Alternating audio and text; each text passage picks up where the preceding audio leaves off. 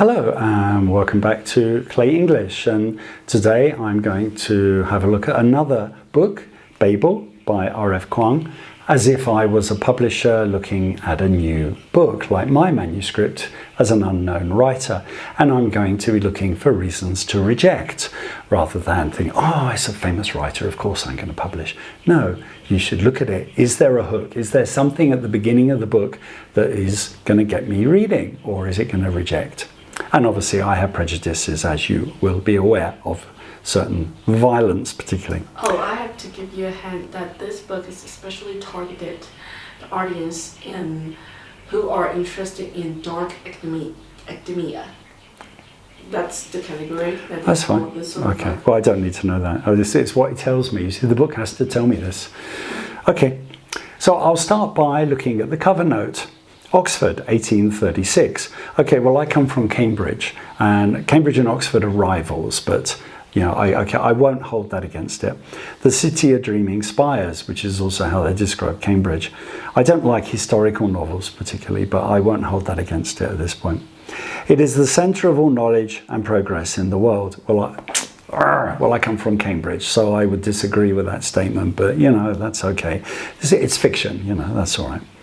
And at its heart is Babel, Oxford University's prestigious Royal Institute of Translation. Okay. The tower from which all the power of the empire flows. Well, the Babel Tower is actually in the Bible, and it was an interesting story in the Bible about how, according to God, people ended up with different languages. And prior to creating the Tower of Babel, all the people in the world spoke the same language, and they wanted to reach out to God, so they built a tower as high as they could to try and reach God. God looked down and thought this was a challenge or a copy or was the wrong thing for them to do, destroyed the tower, and then gave all people of the world different languages so they could not work together. Who knows? Orphaned in Canton, orphaned. Okay, I'm not sure I like stories about orphans, but you know, okay. And brought to England by a mysterious guardian, Robin Swift, thought Babel a paradise, compared to Canton, wherever that is. Until, it could be, but is this fiction or not? Until it became a prison. Oh dear, do we really want to have stories about prisoners? But, okay. But can a student stand against an empire? Okay. Well, I like the challenge. That's not too bad. I don't like the bit about prison, but we'll see.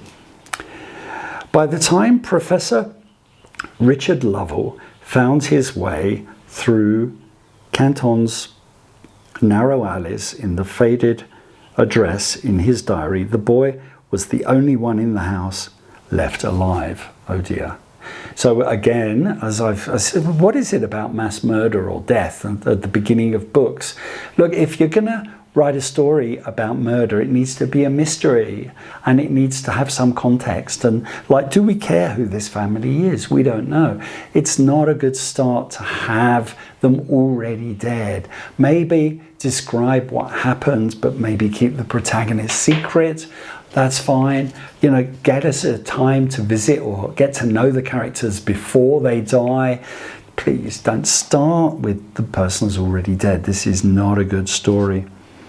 The air was rank, the floors slippery. A jug of water sat full untouched by the bed.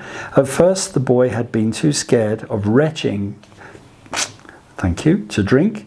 Now he was too weak to lift the jug. He was still conscious, though he'd sunk into a drowsy, half-dreamy haze. Okay, so it sounds like this is the only person alive, and he's barely alive. This is just making me feel disgusting. Soon he knew he'd fall into a deep sleep and fail to wake up. So he knew he was going to die. And thank you, this is really a cheerful start. That was what had happened to his grandparents a week ago, then his aunts a day after, and then Miss Betty, the English woman, a day after that. So they've been dying and nobody's doing anything about it, one after the other. This is like, I don't want to read a history. I don't want to read a list of what's happened. If these issues and incidents matter, give me detail about it. I don't want to read the what would you say, the chronology or the synopsis. That's what it sounds like. Just give me the story. This is not good.